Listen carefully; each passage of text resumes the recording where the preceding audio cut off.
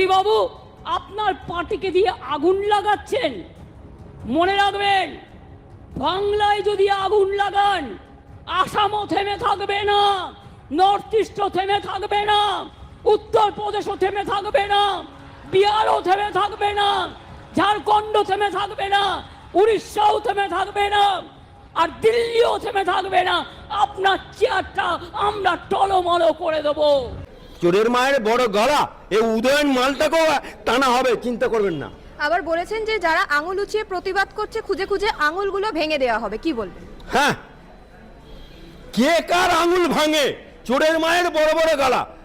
বাংলাদেশে হাসিনা ছাত্র আন্দোলন দেখে বাঁচাও বলে দিল্লিতে বাধ্য হলো।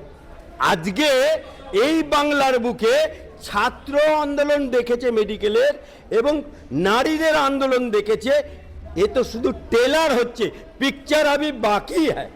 রচনা বন্দ্যোপাধ্যায়ের সোশ্যাল মিডিয়ার প্রতিবাদের পর সাধারণ মানুষ, যারা মহিলারা নামছেন মিছিলে, তারা বলছেন যে দিদি নাম্বার 1 প্রত্যাখ্যান করা উচিত, কি বলবেন? ঠিকই বলেছে, ঠিকই বলেছে, খারাপ কিছু বলেনি। কারণ বাংলার মেয়েকে ভোট দাও, তা বাংলার মেয়েকে ভোট দিয়ে জিতিয়েছে দিদিকে। আজকে বাংলার মেয়ে ধর্ষিত হচ্ছে, বাংলার মেয়ে খুন হচ্ছে, তা তিনি আবার ওই দলের প্রতিনিধি, দিদি নাম্বার 1, তার প্রোগ্রাম বয়কট করবে না তো কাদের প্রোগ্রাম বয়কট করবে?